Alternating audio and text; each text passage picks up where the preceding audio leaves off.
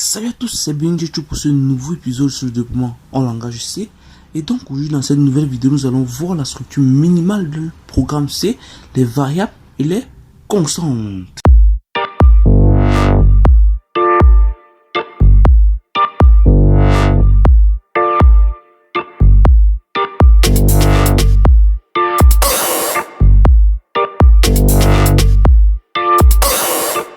Dans la vidéo précédente, lorsque nous avons lancé notre IDE et ensuite notre premier projet et notre premier programme, nous avons vu que il y a un code par défaut qui est déjà écrit ou qui est déjà affiché.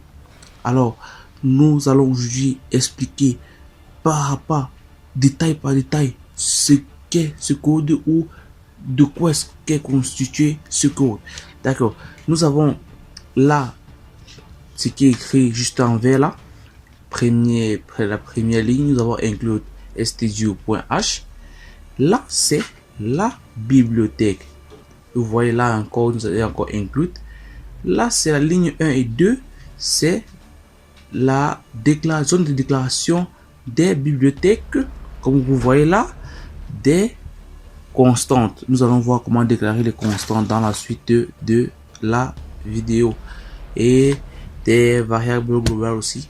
Mais cela fait partie de l'objet de la formation et non de cette vidéo.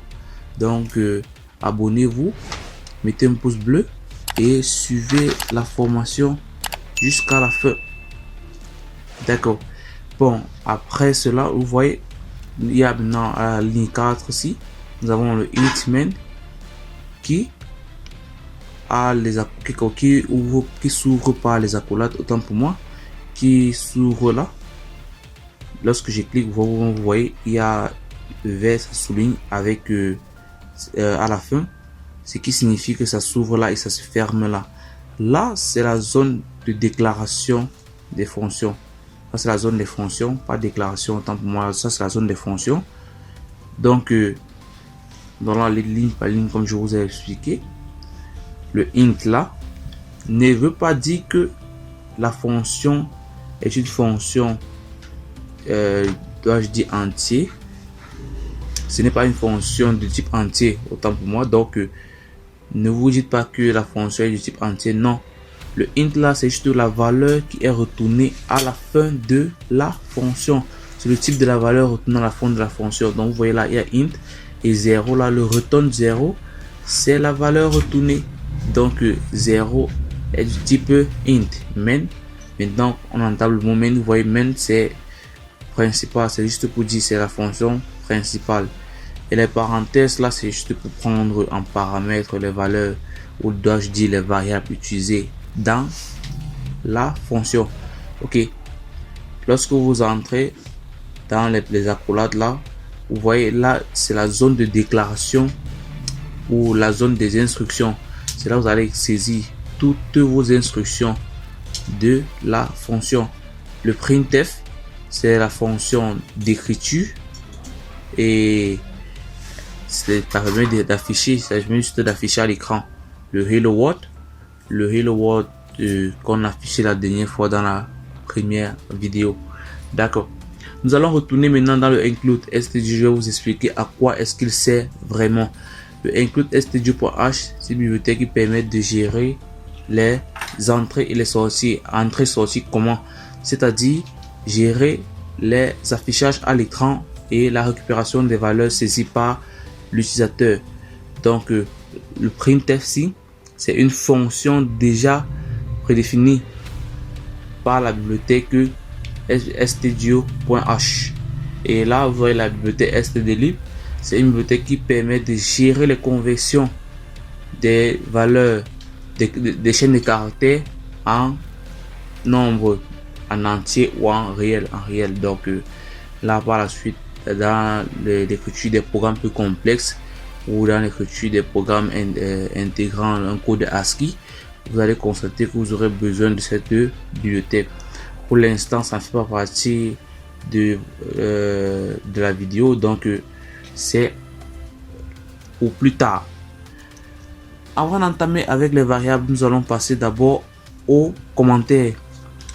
car c'est vraiment très important pour vous, parce que par la suite, lorsque vous allez vouloir programmer soit un projet plus lourd ou bien un projet en groupe, vous aurez besoin de cela pour pouvoir vous repérer dans vos lignes de code, ou bien indiquer quelqu'un et l'aider à se retrouver dans vos lignes de code. D'accord. Les commentaires s'écrivent de deux façons. Nous avons d'abord les commentaires sur une seule ligne qui s'écrit par un slash, deux slash, autant pour moi. Deux slash, vous allez mettre commentaire juste. Vous allez mettre commentaire. Celle-là, c'est juste pour dire une seule ligne. D'accord. Là maintenant, si je vais mettre un commentaire pour plusieurs paragraphes ou un paragraphe, je peux mettre slash étoile. Comme vous le constatez, ça met tout le reste du code en paragraphe. Ce qui veut dire que pour fermer, je n'ai qu'à remettre mon étoile slash. Alors j'ai fermé mes commentaires. Là maintenant, je peux mettre étoile, mettre commentaire 1. Ça dépend de moi. Je mets ce que commentaire 1, je mets ce que je veux. Commentaire 1. Je reviens encore en bas, je mets encore commentaire 2. Vous voyez, là vous avez la possibilité de mettre autant de commentaires, autant de lignes ou de paragraphes que vous voulez lorsque vous utilisez les commentaires à plusieurs lignes. Et vous pouvez aussi revenir là, mettre là sur une seule ligne. Ça marche. Donc ceci va vous permettre de documenter votre code source. Donc lorsque là j'ai peut-être mis printf hello world, je peux venir là, bon c'est sur une seule ligne, mon commentaire je vais mettre sur une seule ligne.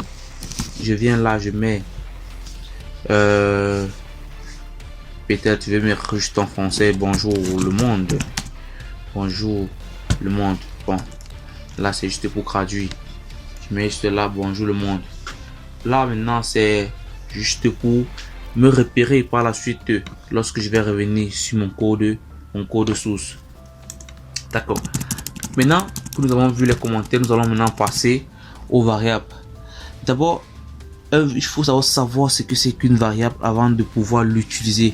Une variable, c'est un terme que l'on donne pour définir tout ce que l'on va utiliser ou tout ce que l'on va conserver pour pouvoir manipuler plus tard. Et ces données conservées vont être rejetées à la fin de l'exécution du programme. Je prends un exemple très simple. Lorsque vous demandez de la nourriture ou un repas à quelqu'un, est-ce que le repas est servi dans votre pomme de main directement? Non. Le repas est servi dans un bol. Ce bol, alors dans notre vidéo, est considéré comme une variable. Et lorsque vous allez récupérer le bol rempli, bien contenant la nourriture, vous allez manger. Lorsque vous avez fini avec, n'est-ce pas, le bol est vide, vous allez remettre un bol vide. De même ici, la variable va être vidée à la fin de l'exécution du programme. Donc c'est un peu ça. Et maintenant, avant de pouvoir l'utiliser, nous devons savoir qu'une variable a plusieurs types. Et en C, le typage n'est pas dynamique, mais plutôt explicite. C'est-à-dire, il est visible au niveau du code source. C'est à vous de choisir si vous voulez l'utiliser. En fait, c'est à vous de choisir le type que vous allez l'utiliser. Donc, vous pouvez utiliser un type que vous voulez. Maintenant, selon la capacité de votre mémoire, je vais vous expliquer par la suite. D'accord, nous allons venir là. Bon, vous voyez, nous avons plusieurs types. Là, vous voyez là, ce sont des types. Je vais vous expliquer ligne par ligne. Ne vous inquiétez pas. Vous n'êtes pas obligé de retenir tout ceci. Vous n'êtes pas obligé de retenir toutes ces valeurs. Non. Vous pouvez juste, si vous voulez, être plus clair ou être plus précis dans vos codes sources, vous pouvez juste garder ce tableau et plus tard, lorsque vous codez, vous êtes un peu, vous voulez vous renseigner, vous regardez juste le tableau. D'accord. Là, nous avons d'abord des shorts. Des shorts, ce sont les, en fait, ça a une valeur minimum de moins 32 768, une valeur maximum de 32 767. Vous pouvez voir les shorts, ce sont les entiers. Donc les shorts, les entiers, nous avons les shorts, les unsigned shorts, les int, les unsigned in, les longs. Nous avons aussi les unsigned long, les longs, les unsigned long, les longs, les unsigned long, les float, les double, les long double, les chars, les signed chars, les unsigned chars. Donc tout ceci, ce sont les types. Donc nous allons venir là. Là c'est la valeur minimum, là c'est la valeur maximum, et là ce sont les formats ou encore les chapeaux. Oui, ça ce sont les formats ou encore les chapeaux de la variable. D'accord. Là maintenant vous voyez là où nous avons unsigned short, nous avons 0 et nous avons 65 535. Lorsque vous regardez la valeur maximum de unsigned short et la valeur maximum de short, vous vous rendez compte que c'est presque, pas nettement, mais c'est presque le double de la valeur maximum de short. Donc observez un peu, on a carrément annulé la valeur minimum, on a presque multiplié la valeur minimum fois 2. Donc au carré, en fait, juste pour, désolé j'ai dit au carré, on a multiplié la valeur maximum plutôt fois 2 parce que la valeur minimum est annulée. D'accord. Maintenant, avant de traverser pour expliquer les unsigned short, nous avons le pourcent HD. Le pourcent HD, là je vais vous expliquer par la suite à quoi est-ce que ça sert clairement, mais pour l'instant d'abord vous allez voir comme ça et par la suite je vais vous expliquer. D'accord. Nous avons vu les unsigned short, donc c'est pour représenter uniquement les nombres positifs. Lorsque vous observez, vous-même pouvez le remarquer. Nous avons des int. Là où c'est là où ça devient un peu plus complexe, mais ne vous inquiétez pas, je vais vous expliquer du début à la fin. Vous voyez, nous avons moins 32 768. Nous avons encore de côté une valeur moins 2 147 483 648. Et encore de côté, maintenant nous avons de l'autre côté, nous avons la valeur positive, les valeurs positives. Pourquoi est-ce que nous avons deux valeurs dans le type in? Nous avons deux valeurs. Pourquoi? C'est selon la place de la machine.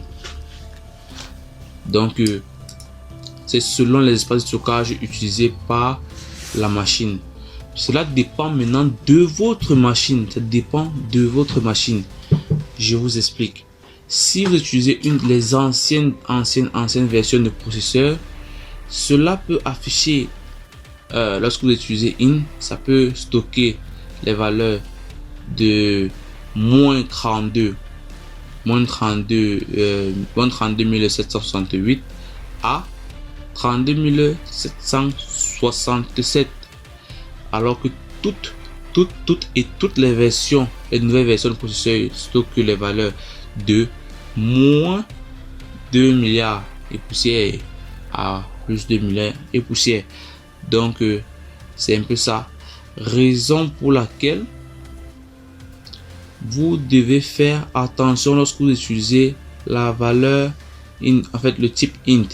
Rassurez-vous que si vous utilisez un processeur ancien, ne stockez pas des grandes valeurs, alors utilisez plutôt le type long. Maintenant nous allons passer au unsigned int. Vous voyez là c'est 00, là c'est 65 comme je vous expliquais par le haut, multiplier juste la valeur par 2. Donc, là, c'est juste pour les nombres positifs. Nous avons les longues. C'est toujours pour stocker les nombres plus grands que les int. Vous voyez là, nous avons la valeur négative, moins 2 millions et poussière. La valeur positive, 2 millions et poussière. Nous avons des longues, unsigned long, qui stockent uniquement les nombres positifs. Vous voyez, jusque là, nous avons 4 millions. Là, ici, nous avons 2 millions. 4 millions et poussière, 2 millions et poussière. Vous voyez que c'est presque doublé. Donc, par la suite, nous allons encore mieux vous expliquer lorsque vous allez utiliser cela dans le code. Nous avons des longs, nous avons des unsigned long, nous avons des floats, nous avons des double. Ok, avant de traverser float, vous voyez la float, nous avons moins 3,4 exponentielle 38 et 3,4 exponentielle 38. Pourquoi 4 exponentielle 38? J'ai juste la notation. Juste pour dire que lorsque vous voulez représenter des nombres exponentiels, vous ne pouvez pas utiliser des int. C'est uniquement des floats jusqu'au long double, dans des réels. Parce que float, double, long double, ce sont des réels. Alors que de unsigned long à short, ce sont des entiers. Ok. Vous voyez là, il y a la valeur négative et les valeurs positives. Donc, ça veut dire que vous pouvez stocker de moins 3,4 exponentielle 38. Vous voyez là, le virgule n'est pas la virgule que nous connaissons en mathématiques, c'est le point. Le point que nous utilisons pour mettre fin à une phrase. Le point que nous utilisons pour mettre la virgule ici en informatique. D'accord. Vous venez là. Vous voyez là, nous avons les types, les formats sont tous différents. Comme je vous l'ai expliqué, n'essayez pas de retenir. Mais voici les principales variables que nous allons utiliser. Nous avons int, nous avons le float, nous avons le char. Donc c'est mieux que je vous explique une fois pourquoi est-ce que j'ai mis l'espace vide ici. C'est juste parce que la variable de type char n'est pas spécifiée. Donc vous pouvez utiliser vous mettez une variable, vous déclarez de type car ça vous met soit de moins 0,128 à plus 127 ou ça vous met de 0 à 225. Pourquoi? C'est la raison pour laquelle vous devez utiliser soit le sign char et soit les unsigned char. Donc et maintenant là le typage est le même, donc ça ne varie pas comme sur les autres formats de variables. Donc maintenant, après avoir vu les types de la variable, nous allons voir maintenant les mots qu'il ne faut pas utiliser dans le programme. Les mots qu'il ne faut pas utiliser dans le programme sont encore des mots réservés. Nous avons par exemple auto break, case, char. Donc en fait, toute cette liste, vous observez, vous ne devez pas utiliser ces mots dans votre programme car ce sont des mots réservés, car ils sont utilisés pour des spécificateurs de type, des spécificateurs de classe d'allocation, les opérateurs significatifs, des étiquettes. Donc vous devez utiliser d'autres noms comme pour d'autres noms pour déclarer vos variables, hormis ces noms-ci, hormis ces mots réservés. D'accord. Maintenant, nous allons passer à l'écriture d'un code source et plus nous allons être plus explicite. Désolé, nous allons être plus explicite sur la déclaration des variables. Nous allons venir là. Nous allons déclarer une variable. Le nom, on a vu qu'il faut un nom, hormis les autres noms là. Maintenant, il y a une autre règle. Ne pas utiliser les symboles au début. Donc déjà dièse, je vais mettre non variable. Ne pas mettre dièse non variable comme ça au début, ça ne marche pas. Ne pas venir mettre 1 et vous mettez variable par la suite, ça ne marche pas non plus. Donc pour noter le nom d'une variable, vous devez soit commencer par une lettre majuscule ou une lettre minuscule ou le caractère underscore ou encore tiret de 8. Donc vous pouvez commencer par cette représentation là. Donc je vais mettre là bon, je vais mettre R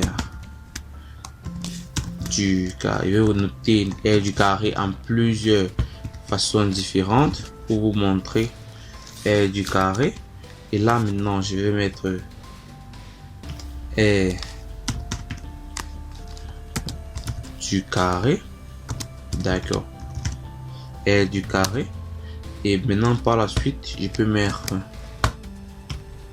R du carré, d'accord. Vous voyez, toutes ces valeurs là marchent. Vous pouvez noter vos variables comme vous le voulez en utilisant cette annotation là. Vous pouvez utiliser cette méthode pour noter vos variables, d'accord. Maintenant que nous avons vu comment noter une variable, nous allons déclarer une variable R du carré. Nous allons déclarer une variable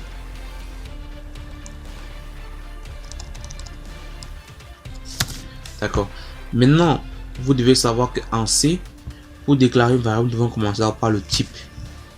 Le type que nous avons vu là, nous avons vu le type là. Vous voyez là, nous avons les types int, les short, les long, etc. Nous allons d'abord déclarer le type. Nous allons mettre int, nous allons espacer. Ensuite, le type doit être suivi par le nom de la variable. Nous allons mettre, j'ai mis d'abord tout à l'heure, R carré. J'espère que je me trompe pas. R du carré. R du carré. Et vous mettez un point virgule. Là, vous avez déclaré une variable de type int. Ok. Après la déclaration de la variable, nous avons vu maintenant par la suite les formats. À quoi vont servir les formats? Ces formats vont servir à l'affichage, comme je vous ai dit, à l'affichage, ou à pouvoir distinguer, ou à pouvoir mettre une insigne. Je sais pas si je vais dire pouvoir appeler la variable à cet endroit. Oui, c'est mieux comme ça. D'accord. Je vais mettre %d. %d, c'est pour les entiers. C'est pour les entiers. Nous allons venir vérifier et vous montrer. Vous voyez là, le format c'est %d. C'est %d. Comme je vous l'ai dit, %d là, lorsque nous mettons %d là, la variable va s'afficher nettement à l'endroit où j'ai mis %d. Et maintenant je sors, je concatène. Je fais la concaténation. Autant pour moi, je fais la concaténation. Je mets plutôt virgule. Je mets maintenant le nom de la variable R. Alors ça m'aide parce que la variable est un peu longue. Vous mettez R du carré. Donc et vous appuyez entre et vous compilez. Ouais, ça ne va rien afficher parce que on n'a rien affecté à la variable. Ça fait 0. Ok. C'est bon comme ça affecté. Maintenant, il y a les nouveaux compilateurs et les anciens compilateurs. Donc, les nouveaux compilateurs affectent directement une valeur à une variable par défaut lorsque vous la créez et que vous n'affectez aucune valeur. Ce qui fait que je conseille à toute personne qui débute dans la programmation de toujours affecter une valeur 0. Bon, pour pouvoir bien présenter, vous espacer juste ainsi, de toujours affecter, parce que vous pouvez utiliser un compilateur qui affecte, au lieu d'affecter 0, ça affecte moins 5, ça affecte moins 5 plutôt. Donc essayez de faire attention à cela. Bon, après avoir affiché la variable, nous allons maintenant voir comment afficher et utiliser plutôt une variable non modifiable, parce que ceci est modifiable. Là je vais modifier, vous allez voir, et du carré, oui, je l'affecte une autre valeur, je vais mettre 15. Donc au départ, L du carré avait la valeur 15, 0 autant pour moi. Maintenant elle aura la valeur 15. Nous allons compiler. Vous voyez, elle a la valeur 15.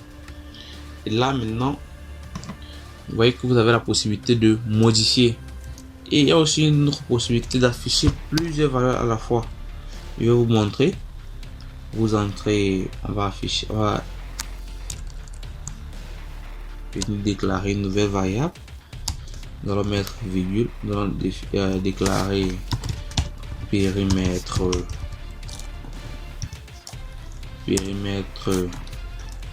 du carré. Bon oui, du carré, périmètre du carré. Nous allons l'affecter la valeur 0. Nous venons là, nous modifions périmètre du carré, nous affectons la valeur 18, point virgule. Nous allons maintenant essayer d'afficher le périmètre du carré et l'aire du carré est. C'est parti. Nous allons lancer, nous allons avoir effacé tout ceci et vous allez voir ensemble comment ça marche. Comme je vous l'ai dit, la fonction printf, c'est pour afficher à l'écran. Nous allons mettre le périmètre du carré est. Et maintenant, comme je vous l'ai expliqué, nous allons placer le format de la variable pour dire que cette variable va être affichée là. Nous allons mettre %. Elle de quel type? La variable de quel type? Elle est de type entier. Dans int, nous allons placer %d, périmètre du carré est, et l'aire, nous allons dire l'aire du carré, oui, l'aire du carré est. D'accord, nous avons mis l'aire du carré est. Nous allons encore mettre notre format %d et nous effectuons la concaténation, virgule. Nous mettons maintenant le nombre de la variable en ordre. Le premier %d, nous voulons mettre quelle variable là? Nous voulons mettre le périmètre, parce que le périmètre nous voulons afficher, et nous mettons d'abord périmètre du carré, oui, nous mettons la virgule et nous mettons maintenant par la suite le %d. C'est pourquoi? Pour l'aire du carré, d'accord. Nous allons essayer d'afficher, vous allez voir. Ouais, nous avons le périmètre du carré est 18 et l'aire du carré est 15. Bien joué. Maintenant nous allons essayer d'aller à la ligne. Vous voyez, je vais maintenant afficher le périmètre du carré est et non plus le périmètre du carré est i. Je vais enlever ce et je vais aller à la ligne. Bon, là je viens là, je vais à la ligne, anti/n pour aller à la ligne. Je vais compiler, vous verrez. Oui, là nous avons le périmètre du carré est 18 et l'aire du carré est 15. Je vais retirer cet espace là, c'est pas présentable. Ok, nous allons recompiler, vous verrez. Vous voyez là, c'est plus présentable. Donc vous avez vu qu'on peut modifier. Maintenant, si je vais afficher la valeur pi, bon, je vais créer float, ce sont les réels. Vous pouvez voir là. Float, ce sont les réels. Voilà, réel comme je vous ai dit.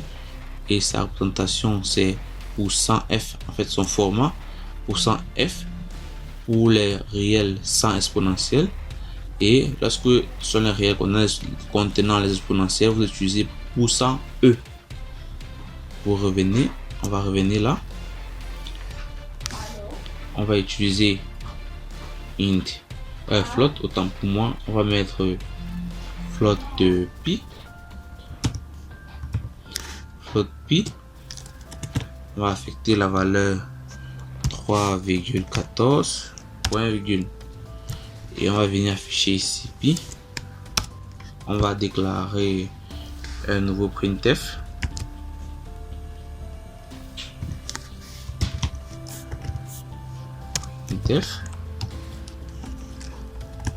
Ok. La valeur de pi est. On va juste mettre comme ça, c'est juste un message pour vous montrer la valeur de pi est. Nous allons mettre %.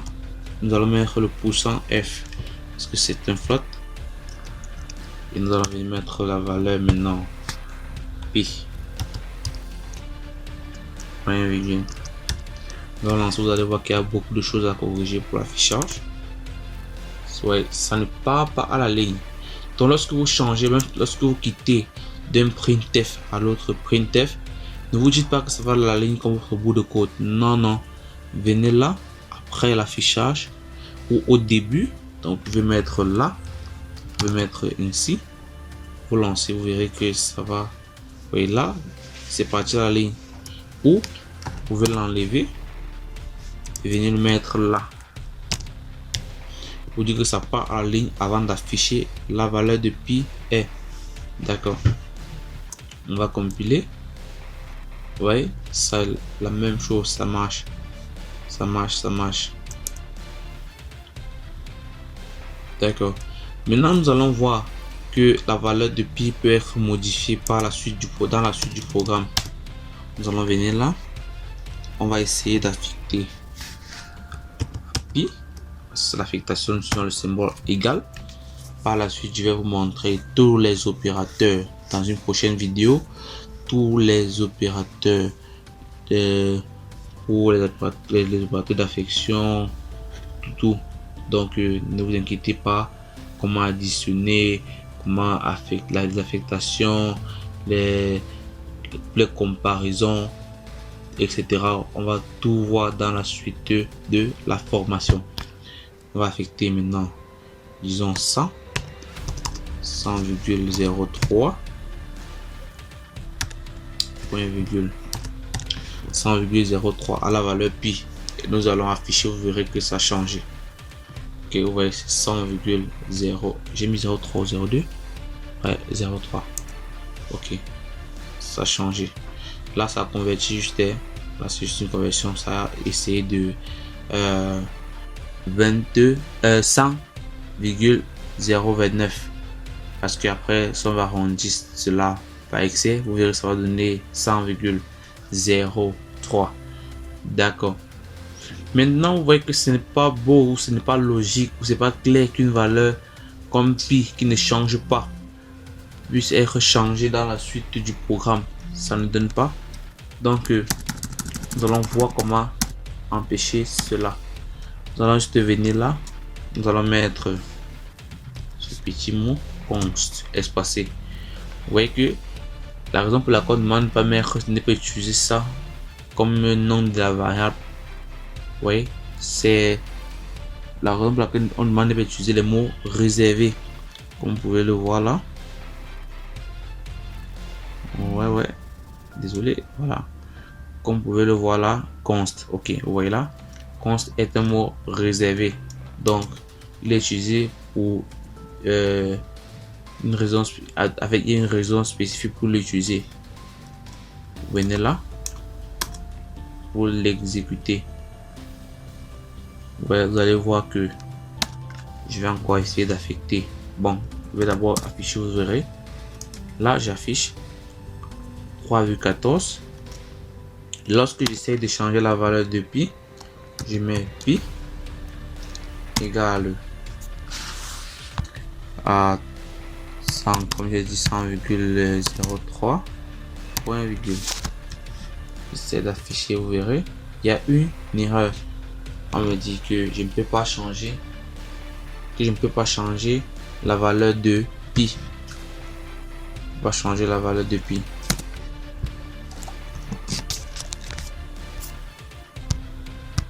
Donc vous voyez que là, la valeur de pi ne peut plus être modifiée. C'est ce qu'on appelle les constantes. Vous voyez là, maintenant ça marche. Ce qu'on appelle une constante. Une constante joue le même rôle que la variable, juste que la constante, sa valeur ne change pas au cours de l'exécution du programme, jusqu'à ce que le programme finisse et elle vide la valeur. Donc maintenant nous allons voir une seconde façon de déclarer une constante. Je vous ai fait part tout à l'heure que ici c'est une zone de déclaration des constantes, ce qui fait qu'il y a une deuxième façon. Donc je vais effacer. Pense float pi, j'efface là, je viens, je mets le dièse, au lieu de mettre include, je mets define. Ça m'aide, mon éditeur m'aide. Dièse define, je mets le nom de la constante, je mets pi, et là c'est juste pour pouvoir les distinguer au cours de l'écriture de votre programme, que le code vous ne vous embrouillez pas à dire j'ai mis quoi, mis la barre, alors que ça vous savez que la majuscule c'est pour vos constantes. Donc là il y a maintenant une différence. Si je vais affecter la valeur, je vais mettre égal 3,14 comme on l'a vu. Maintenant plus de point virgule, car ce n'est pas une instruction. Là c'est une zone de déclaration, ce n'est pas une zone d'instruction. Plus de point virgule. Donc vous allez essayer de mettre point virgule pour vous voyez comme ça donne une erreur. Vous voyez là ça donne une erreur. Lorsque j'enlève, vous voyez, et là je n'ai pas déclaré une constante, je vais afficher. Vous voyez ça va m'afficher. Désolé, attendez. Quelle erreur. Voilà, j'ai utilisé le point, j'ai utilisé une autre version de point comme je vous l'ai dit qu'on n'utilise pas. J'efface, je mets, ok, je lance. Donc il n'y a pas égal. Dans la syntaxe de la déclaration de la constante, vous devez mettre dièse define. Vous mettez le nom de la constante, pas de signe égal ou affectation. Vous mettez juste la valeur et c'est tout. On va compiler. Vous voyez là, ça m'affiche la valeur de pi est 3,14. D'accord. Maintenant, nous allons voir encore deux mots, ou dois-je dire deux fonctions, des mots tout simplement réservés, oui, des mots tout simplement réservés, qui servaient à quelque chose, mais plus maintenant, parce que les compilateurs sont des versions améliorées, mais il est nécessaire que vous sachiez à quoi est-ce qu'ils servent ou à quoi est-ce qu'ils renvoient, parce que vous pouvez tomber sur un ancien code source écrit par un programmeur ou un développeur bien avant, et vous devez être capable de savoir que ici bon, il voulait dire telle chose, et pour pouvoir bien sûr soit corriger ou bien soit modifier son programme. D'accord. Là maintenant je vais vous parler du mot. Je vais mettre, bon, je vais laisser le int. Je vais à la ligne avec l'autre plutôt. Je remplace ça par point virgule. Je descends. Je mets encore int. D'accord. Maintenant là, ce que vous avez à faire, c'est juste mettre registre. Pour ceux qui mettent pause et vont en même temps que moi, vous mettez là registre. Là il n'y a pas S, voilà, registre, et là vous mettez volatile. Volatile en français. Volatile. D'accord, on va s'en mettre. C'est encore des mots réservés. Je mets int. Nous allons voir, vous allez voir que ce sont des mots réservés. Register. Nous venons là. Voilà. Et oui, registre. Voilà, il y a register. Donc, tout ça, ce sont des mots réservés. Raison pour laquelle vous n'êtes pas censé utiliser cela pour. Vous n'avez pas le droit, ça ne doit même pas marcher pour des variables. Pour des variables. Des noms des variables, autant pour moi. Bon, vous lancez. Vous voyez que cela marche. Donc, c'est pas nécessaire. Registre est utilisé, comme je vais vous expliquer. Registre est utilisé pour sauvegarder les informations, pour demander au processeur de réserver une place dans le registre pour pouvoir stocker la variable que nous utilisons, par exemple ici r du carré.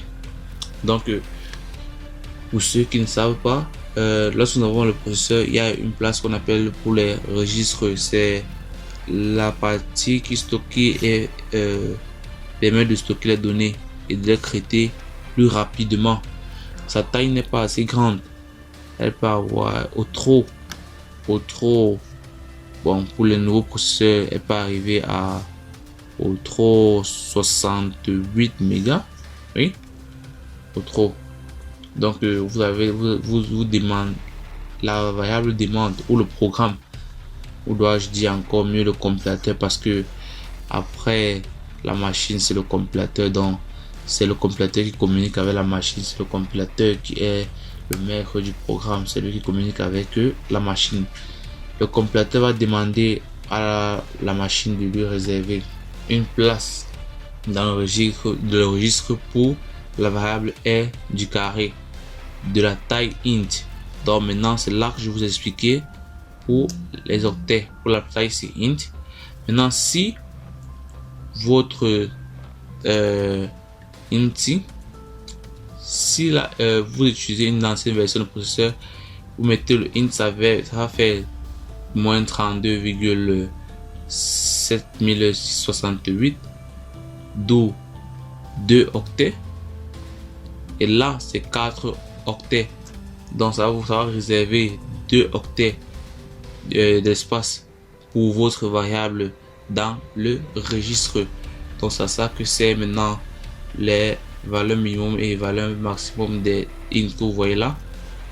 Vous venez juste là encore, vous avez maintenant volatile int, c'est pour spécifier que le compilateur doit demander à la machine de réserver plutôt une place dans la mémoire volatile qui est la RAM pour cette variable.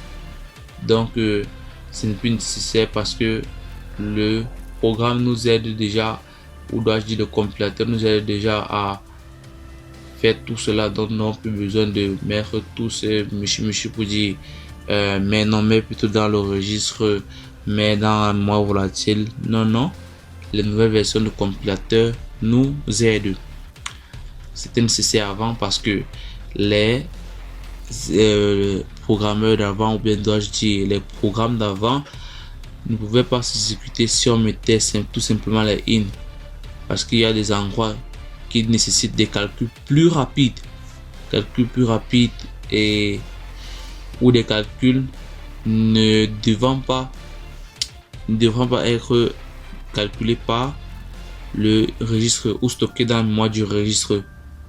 Je prends un exemple: si vous utilisez, ou bien si vous demandez une information à l'utilisateur par la souris, par le clavier, cette action ne doit pas être stockée, est calculée, autant pour moi, ou est gérée par le processeur, ce qui fait que vous ne pouvez pas utiliser la mémoire du registre en ce moment là. Donc c'est la mémoire volatile. Donc c'est un peu à ça que servait registre et volatile. Donc maintenant que nous avons vu cela, c'était juste un petit bonus pour vous permettre d'être prêt et de pouvoir avoir plus de notions sur le langage C.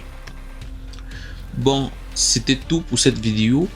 Dans la vidéo prochaine, nous allons voir plus en détail les fonctions d'affichage et lecture. Pouvoir récupérer une valeur à l'utilisateur et afficher une valeur à l'écran.